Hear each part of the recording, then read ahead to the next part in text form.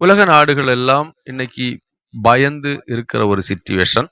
கிறிஸ்தவர்கள் எல்லாமே ஒரு சில கேள்விக்குறியோடு கூட இருக்கிறதான ஒரு சூழ்நிலை.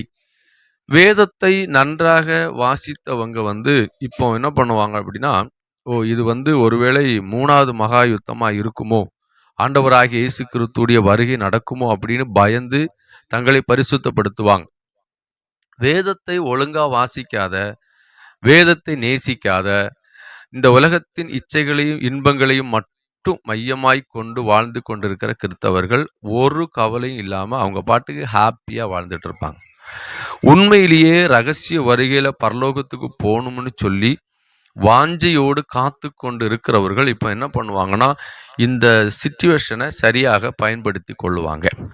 இந்த வார்த்தைகளை கேட்கிற நீங்கள் ஒருவேளை தேவனுடைய ராஜ்யத்தை குறித்ததான அந்த விழிப்புணர்வு இல்லாமல் இருந்தால், தயவாக இந்த செய்தியை நீங்க முழுமையா கேளுங்க.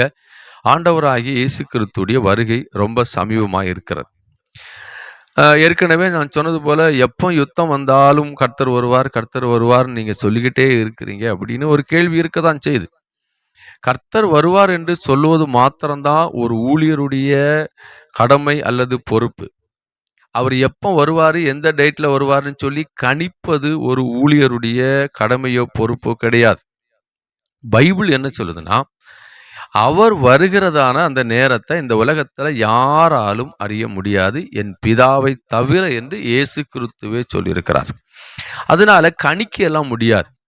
அவர் வருவார் என்பதை குறித்து சொல்ல வேண்டிய ஒரு பெரிய கடமை ஒவ்வொரு ஊழியருடைய தலையிலும் விழுந்திருக்கிறது. அதனால அதை அவங்க சொல்லிக்கிட்டே தான் இருப்பாங்க. கேட்க வேண்டியவர்கள் கேட்டு மனம் திரும்பணும். பைபிள் சொல்லுகிறது, காது உள்ளவன் கேட்க கடவான். காது இல்லாத ஒரு நபர் இதை கேட்க வேண்டிய அவசியம் இல்லை. வேதம் சொல்லுகிறது, பரிசுத்தமா இருக்க விரும்புகிறவன் இன்னும் பரிசுத்தமா ஆகட்டும், அசுத்தமா வாழணும்னு விரும்புகிறவன் இன்னும் அசுத்தமாகவே இருக்கட்டும் அப்படின்னு சொல்லி வேதம் சொல்லுகிறது. இந்த வார்த்தையை சொல்லும் போது யாரும் தவறாக எடுத்து விடக்கூடாது. இன்னைக்கு இருக்கிற இந்த சூழ்நிலையை குறித்து தான் நான் உங்கள்கிட்ட சொல்றேன். ஒரு கூட்ட மக்கள் வருகை குறித்ததான எந்த விழிப்புணர்வும் இல்லாம வாழ்ந்துட்டு இருக்கிறாங்க. இந்த உலகத்தையே நினைத்து வாழ்ந்து இந்த உலகத்துக்குரியதான காரியங்களை மாத்திரம் முன்வைத்து கொண்டிருக்கிற ஒரு கூட்ட கிறிஸ்தவர்கள் இன்னைக்கு இருக்கிறாங்க. இதுக்கு யாரு காரணம் அப்படின்னா, சில முக்கியமான போதகர்கள். அவர்கள் இந்த உலகத்தில் இருக்கிற நன்மைகளை சொல்லி சொல்லி சொல்லி இந்த உலகத்துல நீங்க கார் வாங்கலாம், பைக் வாங்கலாம், பங்களா கட்டலாம், கோடீஸ்வரர்கள் ஆயிரலாம், இப்படியே சொல்லி சொல்லி அவங்க மனசுல ஆசையை வளர்த்தி விட்டுட்டாங்க. அதனால அவங்களுக்கு பாடுகள் சகிக்கணும், பரிசுத்தமா வாழணும், உண்மையா வாழணும், பரலோகத்துக்கு போகணும், கடவுளை தேடணும், ஐயோ இதெல்லாம் தப்புல்லா, இதெல்லாம் செய்யக்கூடாதுல்லா, இது நமக்கு நிரந்தரம் இல்லை, இப்படிப்பட்டதான உணர்வுகள் எல்லாம் கிடையாது. பாடுகள், கஷ்டங்கள், நெருக்கங்கள், துக்கங்கள் எல்லாம் வரும்போது உறுதியா நிக்கணுங்கிறதான அந்த டீச்சிங் இன்னைக்கு பாத்தீங்கன்னா சபைகளில குறைந்து கொண்டு இருக்கிறது. காரணம் என்ன அப்படின்னா, இன்னைக்கு இருக்கிற சிச்சுவேஷன் அப்படி. இன்னைக்கு என்னன்னா, பிசாசு இப்படிப்பட்டதான வார்த்தைகளை கொடுத்து இந்த விசுவாசத்தை கொஞ்சம் கொஞ்சமாக கொஞ்சம் கொஞ்சமாக உறிஞ்சி எடுத்துக்கிட்டு இருக்கிறான். ஆண்டவர் சொன்னார், நான் வரும்போது விசுவாசத்தை காண்பேனோ, விசுவாசத்தை காண்பேனோ அப்படின்னு ஆண்டவர் சொல்லும் போது, கர்த்தர் தருவார் என்கிற விசுவாசம் அல்ல, கர்த்தர் வருவார் என்கிற விசுவாசத்தை காண்பேனோ அப்படின்னு அங்கே ஆண்டவராகிய இயேசு கிறிஸ்து சொல்லுகிறார். நல்லா கவனிங்க. இப்போ ஒரு யுத்த மேகம் நம்முடைய தேசத்தை மூடி இருக்கிறத பார்க்க முடிகிறது. எல்லா நாடுகளும் பதற்றத்துல இருக்கிறாங்க. நம்முடைய இந்தியாவுக்கு கூட யுத்தம் நெருங்கிட்டு அப்படின்னு சொல்லி நிறைய நியூஸை ஒவ்வொரு நாளும் நாம பார்க்கிறோம். ஈரான், இஸ்ரேல், அமெரிக்கா நாடுகள் நடுவில் இன்னைக்கு யுத்தம் நடந்துகிட்டு இருக்கு. பல நாடுகள் ஈரானோடும், பல நாடுகள் அமெரிக்கா இஸ்ரேலோடும் கலந்து யுத்தத்துக்கு தயாராகி கொண்டிருக்கிறாங்க. ஒருவேளை இது 3வது மகா யுத்தமாக மாறலாம், நமக்கு தெரியாது. நான் ஏற்கனவே சொன்னது போல இதை கணிக்க எல்லாம் முடியாது. அதனால நாம இன்னைக்கு என்ன கற்றுக்கொள்ள போகிறோம்? இந்த ஈரான் என்கிற தேசத்தை குறித்து வேதம் என்ன சொல்லுகிறது? கடைசி வருகையை குறித்து, அதாவது ஆண்டவராகிய இயேசு கிறிஸ்துவுடைய வருகை குறித்து வேதம் என்ன சொல்லுகிறது? முதல்ல இந்த ஈரான் தேசம் எப்படி உருவானது அப்படின்னு சுருக்கமா நான் சொல்றேன். வேத வசனத்தின் அடிப்படையில ஈரான் என்கிற தேசம் வேதாகமத்தில தான் உருவானதாக மிகவும் தெளிவாக எழுதப்பட்டிருக்கிறது. பொதுவாக இன்னைக்கு இந்த உலகத்தில் இருக்கிற எல்லா நாடுகளுமே வேத வசனத்தின் அடிப்படையில மெசபடேமியா என்கிறதான அந்த நாகரிகத்தின் மூலமாக உருவாகி வந்தது அப்படின்னு சொல்லி வேத வசனத்திலிருந்து புரிந்து கொள்ள முடியும். அதாவது நோவாவுடைய பிள்ளைங்க சேம், காம், யாபேத், இந்த 3 நபர்கள் மூலமாக தான் இந்த உலகத்தில் இருக்கக்கூடியதான எல்லா நாடுகளும் உருவாகி இருக்கிறது. நாம இந்த ஈரான் தேசத்தை குறித்து கற்றுக்கொள்ளணும் அப்படின்னா சேமுடைய குமாரன் ஏலாமை குறித்து அறிய வேண்டும். இந்த ஏலாமை குறித்து ஆதியாகமம் 10:22 சொல்லப்பட்டிருக்கிறது. சேமின் குமாரன் ஏலாம். இந்த ஏலாம் மூலமாக தான் ஈரான் என்கிறதான தேசம் உருவானது என்று சொல்லி வேத அறிஞர்கள் சொல்றாங்க. இதுதான் உண்மை. அடுத்து பார்த்தீங்கன்னா, இந்த ஏலாம் என்கிறதான தேசமானது அந்த நாட்களிலே வல்லரசாக காணப்பட்டது. இல்லன்னா அது ஒரு நாடாகவே உருவெடுத்ததாக வேதாகமத்திலிருந்து நாம புரிந்து கொள்ள முடியும். ஆதியாகமம் 14:1 படிச்சு பார்த்தீங்கன்னா, அங்க ஒரு ராஜாவ பத்தி சொல்லப்பட்டிருக்கும். இந்த இடத்துல நடந்த நிகழ்வு என்ன அப்படின்னா, அங்க லோத்துவையும் அவங்க குடும்பத்தையும் சிறைப்பிடிச்சுட்டு போயிருவாங்க. ஆபிரகாம் போய் காப்பாத்திட்டு வருவார். இந்த நிகழ்வு தான் அங்க நடக்குது. இந்த சிறைப்பிடிச்சிட்டு போன ராஜாக்களில ஒருத்தர் கெதர்லா கோமேர். இவர் ஏலாம் தேசத்தின் ராஜாவாக காணப்படுகிறார். இந்த ஏலாம் தேசம் தான் இன்னைக்கு இருக்கக்கூடியதான ஈரான் என்கிறதான தேசம். இந்த ஏலாம் தேசம் காலப்போக்கில பெர்சியா என்று அழைக்கப்படுகிறது. கோரேஸ் என்கிற மன்னனுடைய காலத்துல தான் இது பெர்சியாவாக மாறுகிறது. உங்களுக்கு நல்லாவே தெரியும். ஏறக்குறைய 127 தேசங்கள் அந்த நாட்களிலே இந்த பெர்சியா, அதாவது மேதியர்கள் பெர்சியருடைய கண்ட்ரோல்ல இருந்ததாக சொல்லப்பட்டிருக்கிறது.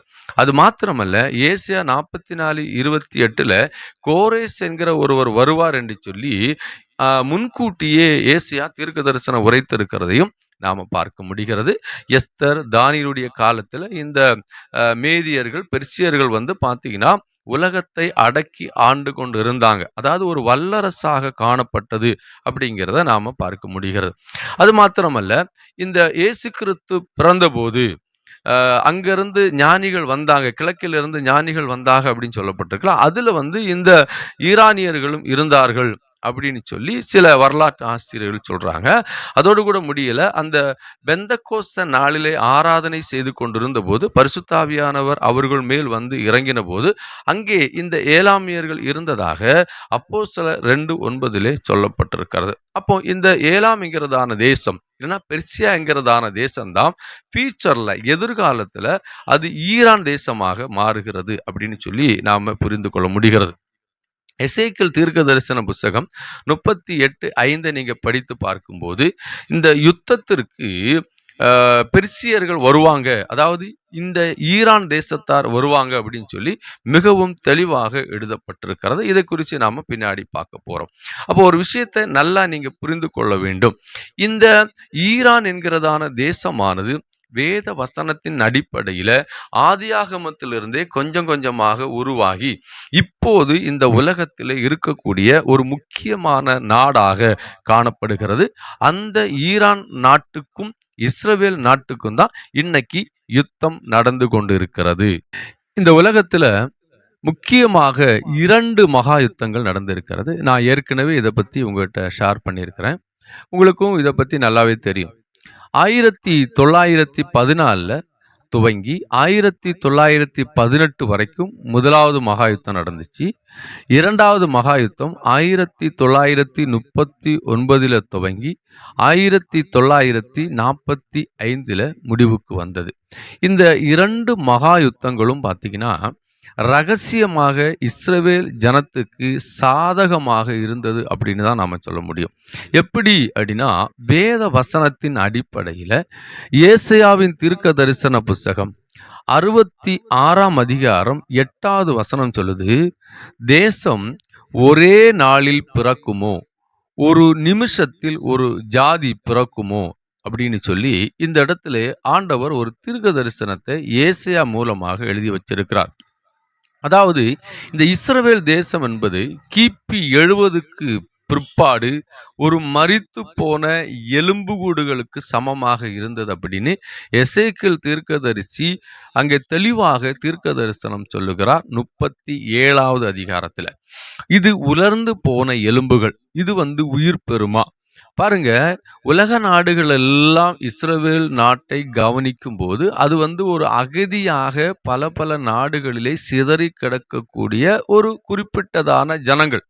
இவங்க ஒரு நாட்ட உருவாக்கி, ஒரு நாட்ல உட்காருவாங்களா அப்படின்னு கனவுல கூட நினைச்சு பார்க்க முடியாத அளவுக்கு அன்னைக்கு சிச்சுவேஷன் இருந்துச்சு. ஆனா, இந்த 2 மகா யுத்தங்களும் என்ன கொண்டு வந்துச்சு அப்படின்னா, இஸ்ரவேல் என்கிறதான தேசத்தை பிறக்க பண்ணினது. இது ஒரு சாதாரண நிகழ்வல்ல. வேத வசனத்தின் அடிப்படையில மிகவும் துல்லியமாக கர்த்தர் சொன்ன வாக்குத்தத்தம் அங்கே நிறைவேறினது. ஆண்டவர் என்ன சொன்னார்? ஒரு தேசம் ஒரு நாள்ல எப்படி பிறக்கும்? ஒரு தேசம் உருவாகுமா? உருவாகாது. ஆனா உருவாகும். ஆண்டவர் உருவாக்கினார். 1948 மே 14ல இஸ்ரவேல் மீண்டும் ஒரு நாடாக அறிவிக்கப்பட்டது. இது பழைய ஏற்பாட்டு தீர்க்க தரிசனம் எசேக்கியேல் 36, 37 வசனத்தின் நிறைவேறுதலாக காணப்படுகிறது. எனக்கு அன்பான தேவனுடைய பிள்ளைகளே, ஒரு காரியத்தை நீங்க நன்றாக புரிந்து கொள்ளுங்க. வேத வசனம் உண்மை, ஆண்டவர் உண்மை, பைபிள் உண்மை, வருகை உண்மை, பரலோகம் உண்மை, நியாயத்தீர்ப்பு உண்மை, நரகம் உண்மை, பாவிகள் நரகத்துக்கு போவாங்கன்னு ஆண்டவர் சொன்னது உண்மை, பரிசுத்தவான்கள் பரலோகத்துக்கு போவாங்க என்று சொன்னது உண்மை, ரட்சிக்கப்பட்டு ஞானஸ்தானம் எடுத்து பரிசுத்தமுள்ள வாழ்க்கை வாழ்ந்து வருகைக்காக ஆயத்தப்படுகிறவர்கள் மாத்திரம்தான் தேவனுடைய ராஜ்யத்துக்குள் பிரவேசிப்பார்கள் என்று சொன்னதும் உண்மை. இன்னைக்கு இந்த உலகத்துல வாழ்ந்து கொண்டிருக்கிற எத்தனையோ கோடி மக்கள் ஆண்டவரை ஏற்றுக்கொண்டாங்க. அதுபோல பல கோடி மக்கள் ஆண்டவரை ஏற்றுக்கொள்ளாமல் இருக்கிறாங்க. இதை ரெண்டா ஆண்டவர் பிரிப்பார் என்று வேதம் சொல்லுகிறது. அதாவது ஆயத்தம் உள்ளவர்கள், ஆயத்தம் இல்லாதவர்கள், செம்மறி ஆடு, வெள்ளாடு, புத்தி உள்ள கன்னிகை, புத்தி இல்லாத கன்னிகை என்று சொல்லி ஆண்டவர் இரண்டாக பிரிப்பார். நல்ல கவனிங்க. முதல் 2 மகா யுத்தங்களும் எப்படி இஸ்ரவேல் ஜனத்திற்கு ஒரு புதிய நாட்டை உருவாக்கி கொடுத்ததோ, அதுபோல 3வது மகா யுத்தமானது பரிசுத்தவான்களுக்கு ஒரு புதிய ராஜ்யத்தை உருவாக்க போகிறது. இல்லைன்னா அந்த ராஜ்யத்துக்குள்ள போக அது ஒரு வழியாக மாறப்போகிறது. நல்லா கவனிங்க. முதல் மகா யுத்தத்துல ஏறக்குறைய 30 நாடுகள் பங்கெடுத்திருக்கிறாங்க. ஏறக்குறைய படை வீரர்களுடைய எண்ணிக்கை பார்த்தீங்கன்னா 65 மில்லியன் அப்படின்னு சொல்லி கணக்கிடப்படுகிறது. ராணுவ வீரர்கள் சுமார் 9லிருந்து 11 மில்லியன் ராணுவ வீரர்கள் மரித்திருக்கிறார்கள். உயிர் இழந்தவர்கள் ராணுவ வீரர்கள் மாத்திரம் 9லிருந்து 11 மில்லியன், பொதுமக்கள் 6லிருந்து 13 மில்லியன், காயமடைந்தவர்கள் 21 மில்லியன் என்று சொல்லி ஒரு கணக்கு சொல்லப்பட்டிருக்கிறது. இது முதலாவது மகா யுத்தத்துல. 2வது மகா யுத்தத்துல 100 மில்லியனுக்கு அதிகமான வீரர்கள் உயிரிழந்தார்கள் என்று சொல்லப்பட்டிருக்கிறது. மொத்தம் உயிரிழப்பு சுமார் 70லிருந்து 85 மில்லியன் அப்படின்னு சொல்லி கணக்கிடப்படுகிறது. பாருங்க, ஒரு பெரிய யுத்தத்தை இந்த உலகத்துல அனுமதித்து அது நிமித்தமாக ஆண்டவர் ஒரு கூட்ட ஜனத்திற்காக செயல்படுகிறதை இங்க பார்க்க முடிகிறது. நல்ல கவனிங்க. 3வது மகா யுத்தம் ஒருவேளை நடந்தால் அது உங்களுக்காகவும் எனக்காகவும் பரிசுத்தவான்களுக்காக வருகைக்காக ஆயத்தப்பட்டு கொண்டிருக்கிற ஒவ்வொரு பிள்ளைகளுக்காக அது நடக்கிறது என்பதை நீங்கள் மறந்துவிடக்கூடாது. இந்த மகா யுத்தம் என்பது தேவனுடைய ராஜ்யத்தை கட்டி எழுப்புவதற்காக தேவனால் அனுமதிக்கப்பட்டிருக்கிறது. யுத்தங்களும் செய்திகளையும் கேள்விப்படுவீர்கள். நீங்க எப்படி ஜெபிப்பீங்க? இந்த யுத்தத்தை நிப்பாட்டும் ஆண்டவரேன்னு ஜெபிக்க முடியுமா? ஏன்னா இதெல்லாம் ஏற்கனவே தீர்க்க தரிசனமாக தேவனால் எழுதப்பட்டிருக்கிறது. அப்போ என்ன பண்ணுவீங்க? எப்படி ஜெபிப்பீங்க? ஆண்டவரே, எத்தனையோ கோடி ஜனங்கள் இன்னும் மனம் திரும்பல, அவங்களை ரட்சியும்னு ஜெபிக்கணும். நாம போமா போமாட்டோமா? அதுக்கு முதல்ல ஆண்டவரே எங்களை ஆயத்தப்படுத்தி பரிசுத்தப்படுத்துங்கன்னு சொல்லி ஜெபிக்கணும். நம்முடைய சபை மக்கள் போவாங்களா? அவங்களுக்காக ஜெபிக்கணும். இதுதான் இன்னைக்கு நாம செய்ய வேண்டிய ஒரு காரியம். ஒருவேளை நீங்கள் ஜெபித்து நான் ஜெபித்து யுத்தம் நிக்குமா நிக்காதா அதை பத்தி நமக்கு தெரியாது. ஆனால் நீங்களும் நானும் ஜெபிக்கும் போது தேசம் ஒருவேளை விடுவிக்கப்படலாம். நீங்களும் நானும் பரிசுத்தமாக்கப்பட்டு பரலோக ராஜ்யத்துக்கு போக இது ஒரு வாய்ப்பாக அமையலாம். அதனால நீங்க நன்றாக புரிந்து கொள்ள வேண்டும். இன்னைக்கு நடந்து கொண்டிருக்கிறதான இந்த யுத்தமானது ரகசியமாக சபைக்காக நடந்து கொண்டிருக்கிறது. ஒருவேளை இது 3வது மகா யுத்தமாக மாறினால் ஆண்டவராகிய இயேசு கிறிஸ்து வருவார். இதுல எந்த மாற்று கருத்தும் இல்ல. இந்த வார்த்தைகளை கேட்கிற உங்களை கர்த்தர் நிச்சயமாக வந்து அழைப்பார் என்கிற நம்பிக்கையோடு கூட நீங்க ஆண்டவரோடு கூட கரங்களை பிடித்து வாழ ஆரம்பிங்க. கர்த்தர் உங்களை ஆசீர்வதிப்பார். அடுத்த வீடியோவில் தொடர்ந்து நாம் இந்த யுத்தங்களை குறித்து வேத வசனத்தின் அடிப்படையில் கற்றுக்கொள்ளப் போகிறோம். மற்றபடி உலக பிரகாரமான காரியங்களை கற்றுக் கொடுப்பதோ கற்றுக்கொள்வதோ நம்முடைய நோக்கம் இல்லை. ஆனால் வேத வசனத்தை வைத்து இந்த உலகத்தை நாம் ஆராய்ச்சி செய்ய போகிறோம். கர்த்தர் நம்மை ஆசீர்வதிப்பார். God bless you.